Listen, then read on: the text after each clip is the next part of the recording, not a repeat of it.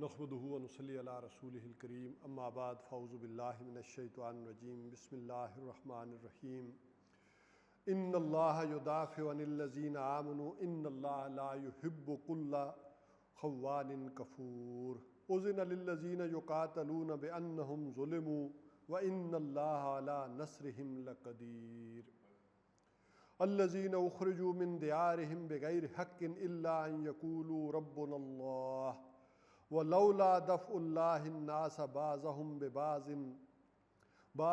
بِبَعْضٍ لَهُدِّمَتْ صَوَامِعُ وَبِيَعٌ وَصَلَوَاتٌ وَمَسَاجِدُ يُذْكَرُ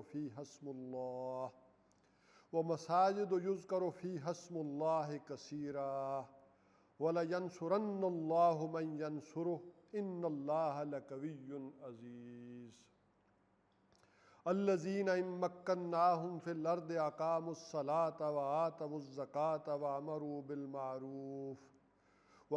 بالمعروف ونہوا عن المنکر وللہ عاقبۃ الامور۔ صدق اللہ العظیم۔ رب اشرح لی صدری ویسر لی امری واحلل عقدۃ من لسانی یفقہوا قولی، آمین یا رب العالمین۔ چونکہ بیچ میں ایک وقفہ آ گیا تھا 14 اگست کی وجہ سے، تو ہمارا اصل مضمون تو صبر و مصابرت ہے جو چل رہا ہے، اور سورہ بقرہ میں جہاں امت مسلمہ کو یا ایھا الذین آمنو کا خطاب دیا گیا، ایک امت بنائی گئی، تو وہاں سے ہم نے ان آیات کا مطالعہ کیا تھا کہ یا ایھا الذین آمنوا استعینوا بالصبر والصلاۃ ان اللہ مع الصابرین۔ اس پر ہم نے گفتگو کی تھی کہ یہاں اہل ایمان کو کہا گیا کہ تم مدد حاصل کرو نماز سے اور صبر سے، بے شک اللہ تعالیٰ صبر کرنے والوں کے ساتھ ہے۔ تو وہاں دو چیزیں آئی تھیں کہ مدد کے لیے 3 چیزیں ریکوائرڈ ہیں۔ کیا چاہیے مدد؟ کوئی مدد مانگنے آتا ہے آپ سے تو کہ یہ مدد مانگی کس سے جائے؟ ایک میری ضرورت ہے تو میں کس سے مدد مانگوں اور کس کام کے لیے مانگوں اور کس چیز کے لیے چاہیے؟ تو اس حوالے سے وہاں یہ بات تو طے کر دی گئی کہ مدد کس چیز کی چاہیے، یعنی نماز اور صبر سے، لیکن کس سے چاہیے؟ وہ ظاہر بات ہے کہ اللہ سے چاہیے۔ اور کس کام کے لیے چاہیے، کس مقصد کے لیے چاہیے؟ ظاہر ہے کسی کے اوپر اتنا بوجھ آن پڑا ہے تو وہ مدد کے لیے پکار رہا ہے نا۔ تو وہ بوجھ کون سا ہے، وہ ذمہ داری کون سی ہے؟ بعض اوقات آپ کی ایک ذمہ داری پہ تعینات ہوتے ہیں تو آپ سب سے کہتے ہیں کہ میرے اس کام میں میری مدد کرو، تو وہ ذمہ داری کون سی تھی؟ تو وہ ہم نے ڈیفائن کیا کہ امت مسلمہ کو جو ذمہ داری دی گئی شہادت علی الناس کی، اس امت کو حضور صلی اللہ علیہ وسلم کے بعد یہ اتنی اہم ذمہ داری تھی کہ اللہ تعالیٰ نے کہا کہ اس سے صبر سے اور نماز سے اس کام کے لیے مدد حاصل کرو۔ اور قرآن حکیم کے دوسرے مقامات سے معلوم ہوتا ہے کہ اللہ تعالیٰ مدد اسی کی کرتا ہے جو اس کی مدد کرتا ہے، جو ابھی ہم پڑھ بھی لیں گے، آیات آ گئی ہیں۔ اور جب تم صبر میں آگے نہیں بڑھ جاتے اس وقت تک اللہ تعالیٰ کی مدد نہیں آتی۔ جو کچھ لگا دو اور پھر جو اس کی راہ میں مصائب آئیں، مشکلات آئیں، وہ سہ کر اپنے اس موقف پر ڈٹے رہو، تو اب گویا کہ تم کوالیفائی کر گئے ہو اس کی مدد کے لیے۔ اب تم نے اپنا سارا کچھ بچا کر رکھا ہو، قربانی دینے کو تیار نہ ہو، اپنا آپ لگانے کو تیار نہ ہو، اور کیا کہو کہ اللہ مدد کر دے یا اللہ فتح کر دے، تو یہ ایسے نہیں ہوتا۔ اللہ تعالیٰ کے اپنے قوانین ہیں، اس کے اصول ہیں کہ جب بندہ اپنا سب کچھ پیش کر دیتا ہے تو پھر اللہ تعالیٰ اس کی مدد فرماتے ہیں۔ تو یہ تو وہ مضمون تھا کہ جو اس انداز سے چل رہا تھا۔ آج کا ہمارا مضمون تو ہوگا کہ اذن قتال، کہ یہ جو اذن قتال، حکم قتال اور وجوب قتال، کہ یہ اس کی تدریج کیا ہے۔ کہ ایک آیا اذن قتال، قتال کی اجازت دے دی گئی، اور ایک آیا حکم قتال کے قتال کرو اب، اور ایک آیا کہ فرض کر دیا گیا کہ لازمی کرو۔ اس میں کیا تدریج آئی ہے؟ اسی حوالے سے ہم واقعات پڑھیں گے کہ لیکن اصل مضمون ہمارا صبر ہے۔ تو اصل میں صبر کے اثر مراحل جو آگے آئے ہیں وہ انہی حضور صلی اللہ علیہ وسلم کے غزوات میں آئے۔ یہ جو جنگیں ہوئی ہیں اس کے اندر چونکہ مسلمانوں کو اپنی جان بھی لگانی پڑی، اپنا مال بھی لگانا پڑا، انفاق جان و مال، اسی طرح اپنے آپ کو جن خطرات میں ڈالا، جو نقصانات ہوئے ہیں، تو اس میں وہ جو ثابت قدم رہے ہیں، تو صبر کے وہ چوٹی کے مراحل اس میں انہیں سہنے پڑے ہیں۔ تو اس گفتگو کے بعد پھر ہم کریں گے انہی غزوات کے اوپر گفتگو، اس صبر کے پہلو سے، یعنی غزوہ بدر، اس کے لیے سورہ انفال سے چند آیات پڑھ کر کے وہ کون سے مراحل تھے کہ صبر اللہ تعالیٰ نے کہا کہ کرو۔ پھر غزوہ احد، سورہ آل عمران سے کچھ آیات پڑھیں گے اس کے متعلق کہ وہاں اللہ تعالیٰ نے جو کمنٹس کیے۔ پھر غزوہ احد کے بعد غزوہ احزاب ہوا ہے، اور اسی پہ معلوم ہے آپ کو اس کے لیے سورہ احزاب، اس میں وہ مقام جو صبر کا آیا ہے۔ اسی طرح پھر اس کے بعد صلح حدیبیہ، اس میں بھی آپ کو معلوم ہے کہ مسلمانوں کو کتنا صبر کرنا پڑا۔ حضور صلی اللہ علیہ وسلم ایک دب کر صلح کر رہے ہیں، تو اس میں جو ہے وہ اندازہ ہو جانا چاہیے کہ کس قدر ان کے اوپر وہ دباؤ آیا کہ آخر ہم حق پر ہیں تو دب کر صلح کیوں کر رہے ہیں، کیا پریشانی ہے۔ اس حوالے سے جو ہے وہ صبر کے جو مراحل آئے ہیں، میں اس کو ذرا آف کر لوں، سائلنٹ پہ لگا دوں، تو اس حوالے سے سورہ فتح کی چند آیات، اور پھر اس کے بعد غزوہ تبوک، جو پکی فصلیں کھڑی ہیں، سب کچھ ہے، چھوڑو نکلو، تو وہ اس حوالے سے سورہ توبہ کی چند آیات۔ تو یوں یہ ایک مرحلہ وار صبر کے جو مراحل ہیں ہم ان کا مطالعہ کریں گے، یعنی یہ جو آگے کی ساری پلاننگ ہے میں نے آپ کے سامنے دروس کی رکھ دی ہے کہ غزوہ بدر، غزوہ احد، غزوہ احزاب، صلح حدیبیہ اور پھر غزوہ تبوک، کہ یہ اہم لینڈ مارکس ہیں جہاں صبر کے بڑے اونچے اونچے مراحل جو ہے اہل ایمان کو طے کرنے پڑے۔ بہرحال اس پر گفتگو سے آگے جانے سے پہلے چند باتوں کو دہرا لیں جو بنیادی تھیں کہ صبر کے لغوی معنی کیا ہے۔ الصبر کے معنی ہے جو ہے ایلوا، یعنی عربی میں وہ ایلوا، وہ کڑوا پھل، نہایت کڑوا کسیلا پھل، جسے وہ ہمارے ہاں تو وہ کہتے ہیں نا کہ کریلا جس طرح کڑوا ہوتا ہے، یا وہ تمبا، یا احمد خان صاحب دسو وہ جڑے بکین یا دریک دے یا نیم، ہاں نیم، اس طرح کے جس طرح ہوتے ہیں، تو وہاں ایلوا جو پھل ہوتا تھا وہ نہایت کڑوا عرب کے اندر اس کو کہا جاتا تھا۔ اور تو یہ گویا کہ کڑوے گھونٹ پینا، اسی سے کسی ناگوار حالات کو برداشت کرنا اور ان ناگوار حالات میں کھڑے رہنا، اسی سے صبر کے معنی آئے اپنے آپ کو روکے رکھنا، تھامے رکھنا، قائم رکھنا، یہ معنی جو ہے وہ آئے۔ البتہ جو صبر کی اصطلاحات کے حوالے سے میں نے آپ کے سامنے گفتگو کی تھی کہ اہل علم نے صبر کے جو 4 درجے اور مراحل بیان کیے، کہ ایک صبر الی الاطاعہ، دینی حوالے سے اب اصطلاح کی طرف آ جائیں تو اس کا مطلب کیا تھا کہ اطاعت کے اوپر صبر کرنا، اپنے نفس کو اس کے اوپر آمادہ کرنا کہ جو بھی حکم آ رہا ہے، صبح نہیں بھی جی چاہ رہا تو آپ اٹھ کر جائیں، نماز کے لیے جاتے ہیں تو یہ اس اللہ کے جو احکامات ہیں وہ دل نہیں چاہتا، طبیعت نہیں بھی چاہتی، لیکن اس اطاعت پر کاربند رہنا انسان کا نہ چاہتے ہوئے بھی، یہ صبر الی الاطاعہ۔ اسی طرح صبر عن المعصیہ، گناہ کے اندر ایک جو لذت اور ایک اٹریکشن اور اس کے طرف راغب کرنے کے لیے جو اندر چیزیں موجود ہیں، اس کے ہوتے ہوئے اس گناہ کو اور موقع بھی مل جائے تو دیکھیں نا، ایک ہے کہ کسی کو موقع ہی نہیں ملا، ایک ہے کہ اس کے اندر ایک اٹریکشن تو ہے اور موقع ہی نہیں ہے، لیکن ایک ہے کہ انسان کو موقع بھی مل گیا وہ کرنے کا۔ اب اس حوالے سے حدیث سنائیاں کریں تو بڑی لمبی بات ہو جائے گی کہ کسی کو اگر کوئی خاندانی خوبصورت عورت دعوت بھی دے تو وہ انکار کر دے تو جنت میں گھر سمجھے اور وہ نہ اویل کرے اس چانس کو۔ تو ایک یہ ہے صبر عن المعصیہ کہ ان گناہوں کے خلاف جو ہے انسان کے اوپر صبر ہو۔ اور پھر تیسری بات آئی تھی صبر عن الابتلاء، کہ صبر عن البلاء، بلا بھی کہتے ہیں یا ابتلاء دونوں کو بھی، کہ آزمائش کے اوپر صبر کرنا، ڈٹے رہنا، آپ کو حق کی خاطر، سچ کی خاطر جو تکالیف آئیں ان کے اوپر ڈٹے رہنا، آزمائش آ جائے تو یہ بھی صبر ہے۔ اور تیسرا تھا الطمع، ٹیمپٹیشن، لالچ، آپ کو آفر کی جائے، لالچ پیش کی جائے کہ یہ کر دوں گا، بچے امریکہ میں پڑھیں گے، یہ ہوگا وہ ہوگا، ترقی ہو جائے گی، یا آپ یہ ذرا کام تو کر دیں۔ وہ جیسے امریکہ نے کہا پاکستانی بڑے بہت لو لیول پر بک جاتے ہیں، یہ صرف بچوں کی تعلیم پر بھی بک جاتے ہیں افسران۔ تو یہ صبر کہ آپ کو وہ چیزیں آفر ہو رہی ہوں تو آپ نہ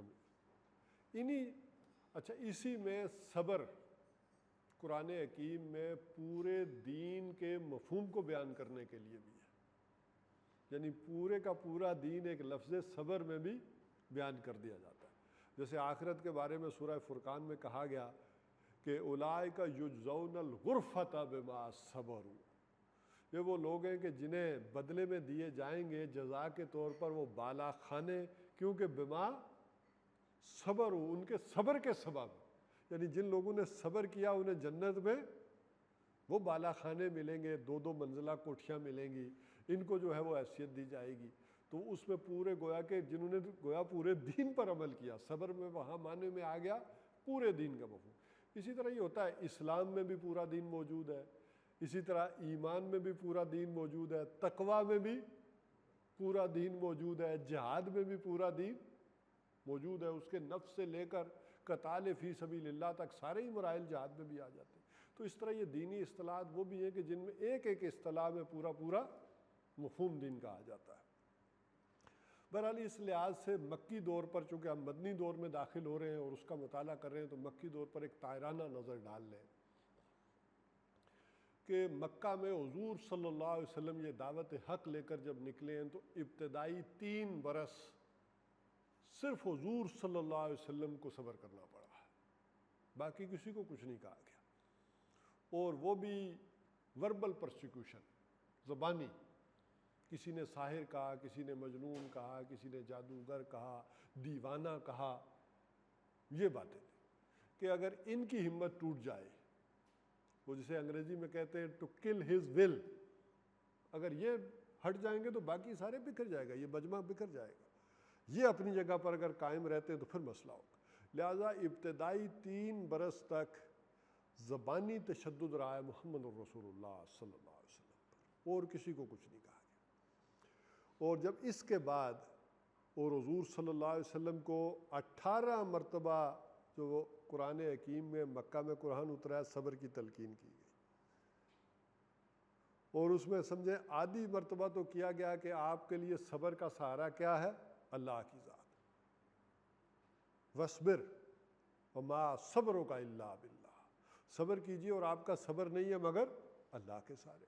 یہ مختلف انداز میں یہ کہا گیا۔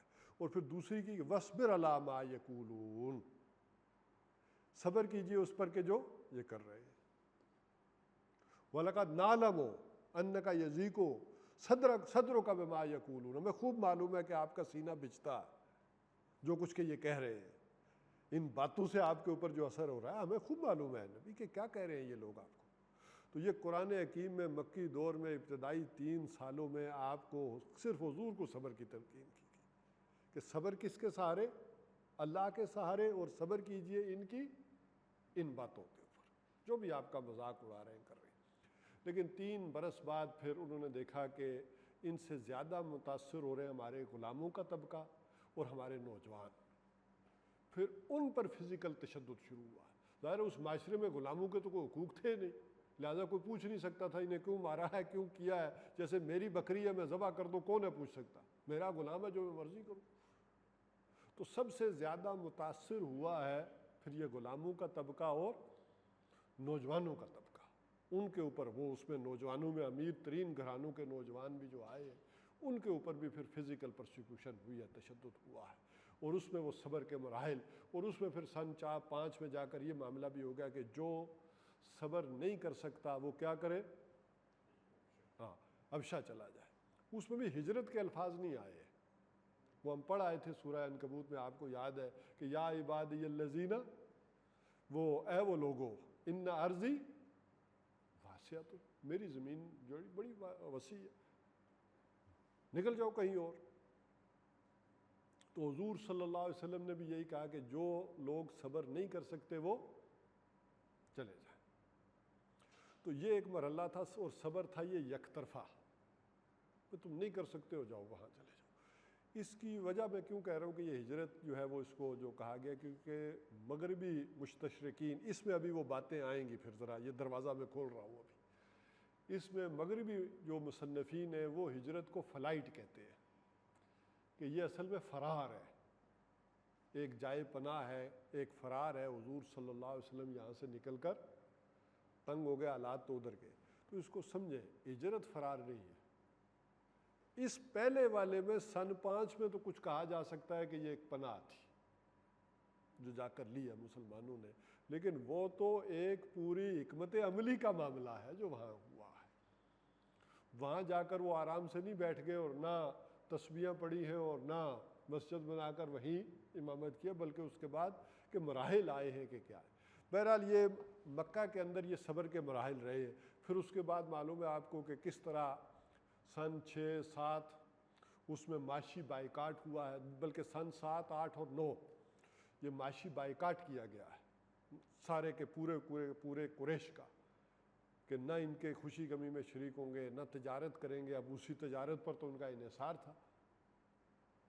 اور پھر اس کے بعد وہ آخری مرحلہ آیا ٹیمپٹیشن کا بھی، کہ بولو کیا مانگتے ہو، یعنی وہ جو صبر کے میں نے مراحل گنائے تھے، وہ لالچ آئی کہ جس پر حضور نے آخری بات کہی کہ یہ میرے ایک ہاتھ پر چاند اور ایک پر سورج بھی رکھ دے میں پھر بھی بازو، یہ کہتے ہیں بادشاہ بنا لیں گے، عورت دے دیں گے، کوئی خزانوں کے ڈھیر لگا دیں گے، یہ لالچ۔ تو یہ جو لوگ اس راستے میں انہیں سمجھ لینا چاہیے کہ یہ سارے مراحل آتے ہیں۔ اس حوالے سے سمجھیں کہ یہ ساری چیز یہاں سے یہ میں نے مختصر گن دی ہے سیرت کے حال سے کہ یہ صبر کے مراحل طے کیے ہیں، اور یہ سارے کا سارا صبر کیا تھا؟ یک طرفہ تھا۔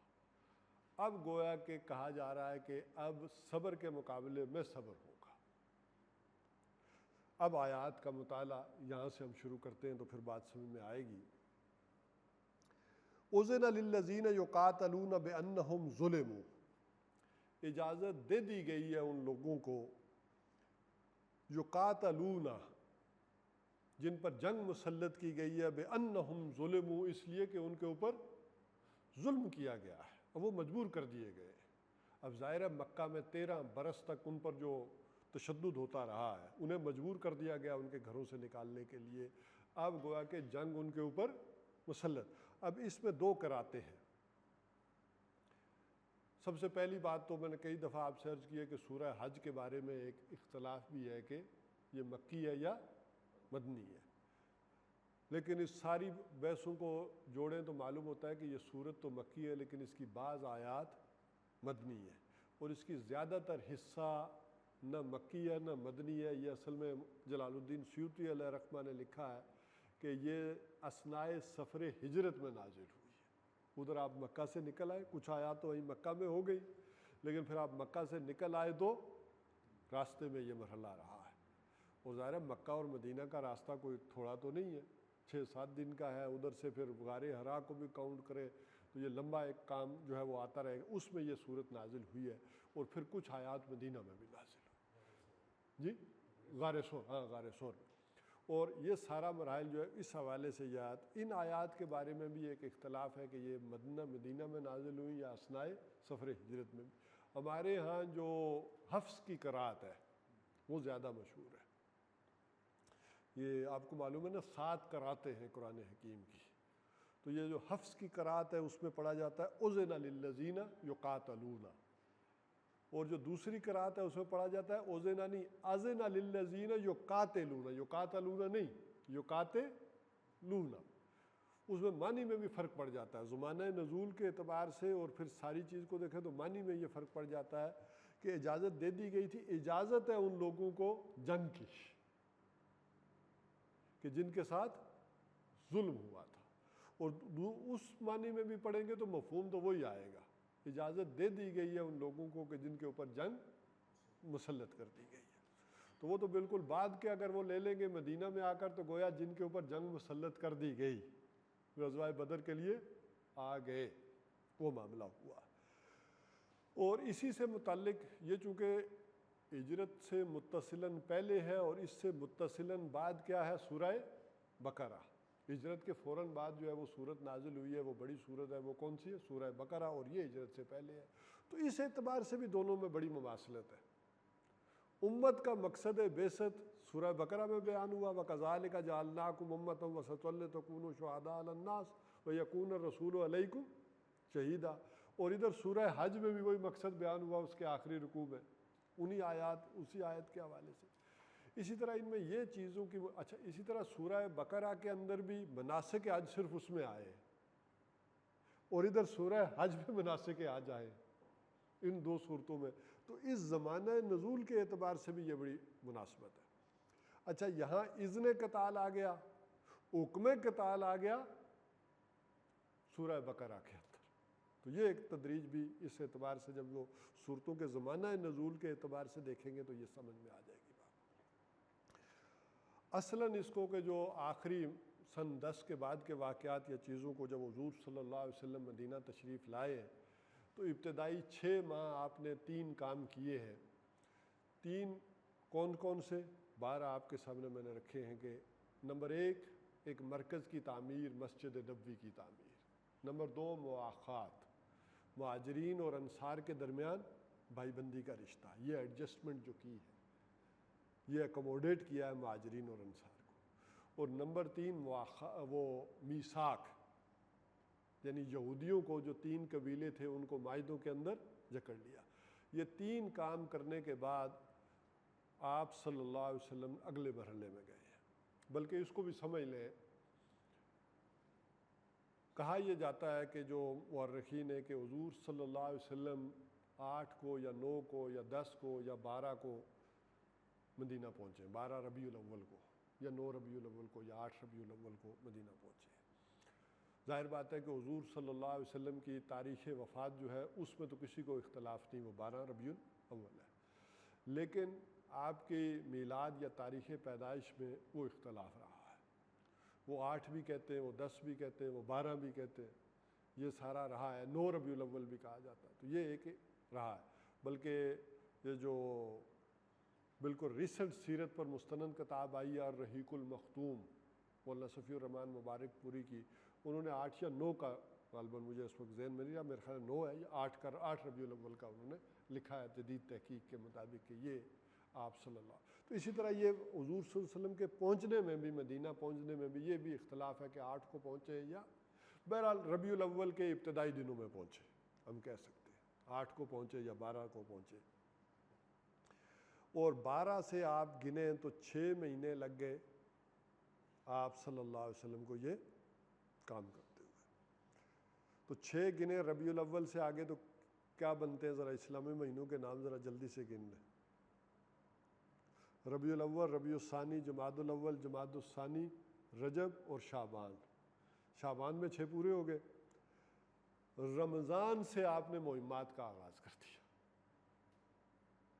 رمضان، شوال اور ذیقعدہ، 3 مہینے میں 3 سرایا ہیں، جو ہر مہینے ایک سریا ہوا ہے، آپ نے مہم بھیجی ہے کوئی نہ کوئی مکہ کی طرف۔ پھر اس کے بعد اشہر الحرم شروع ہو گئے، ذی الحج کا مہینہ آ گیا، پھر محرم آ گیا۔ تو اس کے بعد پھر آپ صلی اللہ علیہ وسلم نے محرم گزرنے کے بعد پھر خود شرکت شروع کیا مہمات، اور جن میں سے 4 غزوات ہیں اور 4 سرایا ہیں۔ 4 سرایا جیسے میں نے کہا کہ 3 پہلے ہو گئے، یہ جو آخری ہوا ہے سن 2 میں، اس میں آخری جو سریہ ہوا سن 9 رجب، سن 9 میں یہ ہوا ہے، یہ نہیں سن تو 2 میں ہوا اور رجب میں ہوا۔ اس میں حضور صلی اللہ علیہ وسلم نے عبداللہ ابن جاش رضی اللہ تعالیٰ عنہ کو 8-10 آدمی دے کر جو ہے وہ بھیجا ہے کہ مکہ یہاں مدینہ سے نکل جاؤ اس سمت میں، اور اتنے فاصلے پر جا کر یہ میرا خط کھولنا، اس سے پہلے نہ کھولنا، وہاں جا کر پڑھنا، اس میں جو لکھا ہے اس پر عمل کرنا۔ وہ بہرحال چلے گئے مدینہ سے باہر، مکہ کے قریب پہنچ کر انہوں نے وہ خط کھولا ہے، اس میں لکھا ہوا تھا کہ مکہ کراس کر جاؤ اور دوسری طرف جا کر نخلہ کے مقام پر ڈیرے ڈالو اور ہمیں قریش کی نقل و حرکت سے جو ہے وہ باخبر کرتے رہو۔ اور یوں وہ وہاں پہنچے نخلہ میں۔ بہرحال حضرت عبداللہ ابن جاش رضی اللہ تعالیٰ عنہ نے وہ جو بھی ساتھ ان کے 9-10 صحابہ تھے انہیں وہ خط سنایا اور کہا کہ بھائی جو جانا چاہتا ہے جائے، جو واپس جانا چاہتا ہے جائے۔ یہ ہے مہم، اور مکہ کراس کر کے دوسری طرف جائیں گے تو کوئی مدبیڑ ہو گئی تو بچ نہیں سکتے، مدینہ بھی نہیں آ سکتے، لہذا یہی سوچ لو۔ بہرحال ان کی جو ایک تربیت ہو چکی تھی وہ گئے. لیکن ان 8 مہمات میں حضور صلی اللہ علیہ وسلم نے کسی انصاری صحابی کو شامل نہیں کیا. ان میں صرف مہاجرین ہیں جو ان مہمات پر گئے ہیں. اچھا، ان میں سے 2 واقعات وہ ہوئے ہیں کہ جس کے باعث غزوہ بدر ہوا ہے کہ ابو سفیان جب ایک قافلہ لے کر چل رہے تھے شام کی طرف تو حضور صلی اللہ علیہ وسلم نے اس کا پیچھا کیا، لیکن وہ بچ کر نکل گئے. اور اس میں ویسے بھی جو بھی مہاجر آ گئے تھے نا مدینہ، ان کے پیچھے گھروں کا جو سامان تھا اس سے کیپٹل ریز کیا گیا اور اسی سے وہ سامان تجارت لینے جا رہے تھے. باقی تجارتی سامان بھی تھا، چیزیں تھیں، لیکن اس میں ایک بڑا حصہ یہ بھی تھا. حضور صلی اللہ علیہ وسلم نے ان کا پیچھا کیا لیکن نکل گئے. اب واپسی پر انہوں نے قریش کو SOS کال دی کہ جاتے ہوئے بھی حضور نے میرا پیچھا کیا تھا اور واپسی پر بھی ہو سکتا ہے وہ میرا پیچھا کریں اور میری مدد کو آؤ، مجھے یہاں سے مدینہ سے گزار کر لے جاؤ. آپ یہ سمجھیں نا، یہ مکہ ہے، یہ مدینہ ہے اور شام آگے ہے. تو وہ ادھر سے آتے تھے راستے سے، یہ تبوک والی سائڈ کا جو راستہ ہے، اور یہ غزوہ بدر سے جو بدر کا میدان ہے اس کے اندر سے ہو کر راستہ گزرتا تھا. بہرحال وہ علیحدہ حکمت عملی ابو سفیان نے وہ سارا راستہ ہی بدل لیا تھا آتے ہوئے. اور اس کی چیزوں کو دیکھیں تو وہ اپنی جگہ بڑی ہے کہ اس نے لوگوں سے پوچھتا آ رہا تھا ادھر سے کرشی تو نہیں دیکھے، ادھر کو کرشی تو نہیں تھے، معلومات لیتے ہوئے. اور اس نے ایک جگہ اونٹ کی مینگنیاں پڑی ہوئی دیکھی تو نیچے اترا ہے اونٹ سے، اٹھ کر اس نے وہ اٹھائیں، یوں رگڑی مینگنیاں، اور اس نے کہا خدا کی قسم محمد کے اونٹ ان میں کھجور کی گٹھلی مینگنیوں سے نکلی ہے، یہ مدینہ کے اونٹ ہیں، فوراً راستہ بدلو. تو بہرحال تو ادھر ہوا ہے اس مخزومی کا جو بھائی، وہاں جو نخلا میں یہ جو لوگ گئے تھے وہاں انہوں نے دیکھا ایک قافلہ آ رہا ہے مشرکین کا، ان سے ان کی مدبھیڑ ہوئی ہے اور پہلا قتل مسلمانوں کے ہاتھوں مشرکوں کا ہو گیا. انہوں نے ان کا سامان تجارت بھی لوٹ لیا اور ان کے بندوں کو بھی قید کر لیا. بہرحال جس آدمی کا بھائی قتل ہوا تھا وہ تو بھاگ گیا اور اس کے خون آلود کپڑے بھی لیے، اور اس نے جا کر حرم کے اندر پھر ایک چیخ و پکار کی ہے، واہ ویلا کیا ہے کہ دیکھو یہ کیا ظلم کر دیا محمد صلی اللہ علیہ وسلم کے آدمیوں نے، ہمارے آدمی کو قتل کر دیا. اور اس وقت قتل کر دیا کہ ابھی رجب کا مہینہ ہے، اشہر الحرم میں سے ہے. تو اس کی علیحدہ کہانی ہے، میں آئندہ بیان کروں گا کہ کس طرح انہوں نے کیوں کیا، کس وجہ سے کیا کہ یہ حدود حرم میں داخل ہو جاتے ہیں تو پھر بھی تو نہیں قتل کر سکتے تھے، ان کو مار سکتے تھے، اور اگر وہ چھوٹ دیتے ہیں یہاں کرتے ہیں تو چاند ہے، کریں کیا. تو انہوں نے کہا حدود حرم میں چلے جائیں گے تو پھر زیادہ یعنی صحیح بات نہ ہوگی، ان کو پہلے ہی جو ہے وہ مار دینا چاہیے. اس پر حضور صلی اللہ علیہ وسلم نے وہ قیدی بھی رہا کر دی اور سامان بھی واپس مکہ بھجوا دیا کہ میں نے یہ تو نہیں کہا تھا کہ یہ کرو، میں نے تو کہا تھا صرف نقل و حرکت کی خبر رکھو میرے اوپر. یہ 8 مہمات وہ ہیں کہ جو اس سارے پچھلے عرصے میں، اب اس میں کچھ باتوں کا آپ کو جواب ملنا شروع ہوگا، یہ سیرت نگاروں نے پوشیدہ رکھی ہے. حالات کا تقاضا تھا، وقت کا تقاضا تھا، انگریز اس وقت حکمران تھے، وہ حملہ آور تھے، اور چونکہ ان کے نزدیک اسلام ایک خونی مذہب ہے اور یہ جہاد و قتال کا حکم دیتا ہے، تو لہٰذا انہوں نے ثابت کرنے کی کوشش کی کہ نہیں، یہ تو حضور صلی اللہ علیہ وسلم نے جتنی بھی جنگیں کی ہیں یہ مدافعتی جنگیں ہیں. اس میں مولانا وحید الدین صاحب ہوں، یہ سارے شامل ہیں. یہ 8 بیچ میں سے کینسل کر کے تو پھر ثابت ہو جاتا ہے کہ بھائی ظاہر ہے بدر میں کون حملہ کرنے آیا ہے، وہ آئے ہیں. تو حضور صلی اللہ علیہ وسلم کو کہا گیا کہ یہ ساری جنگیں حضور صلی اللہ علیہ وسلم نے مدافعتی جنگیں کی ہیں، کوئی بھی ان میں سے حملے کا معاملہ نہیں کیا، خود آگے بڑھ کر نہیں کیا. بہرحال مولانا ادریس کاندھلوی نے اس کا پھر سخت جواب بھی لکھا ہے کہ آخر ایسی بات تھی تو قرآن حکیم میں اور حدیث میں یہ جہاد و قتال کی اتنی ترغیب کیوں ہے، اتنی جو ترغیب دی گئی ہے تو آخر اس کی وجہ کیا ہے. یہ اگر مدافعتی جنگ کرنی ہے تو مدافعت تو ہر آدمی کی فطرت میں شامل ہے، وہ تو ہر ایک جاندار بھی کرتا ہے، مدافعت تو کرنی ہوتی ہے، اس میں ترغیب دینے کی کون سی بات تھی. اور پھر انہوں نے کہا کیا خلفائے راشدین نے جتنے کیے وہ بھی کیا مدافعتی تھے؟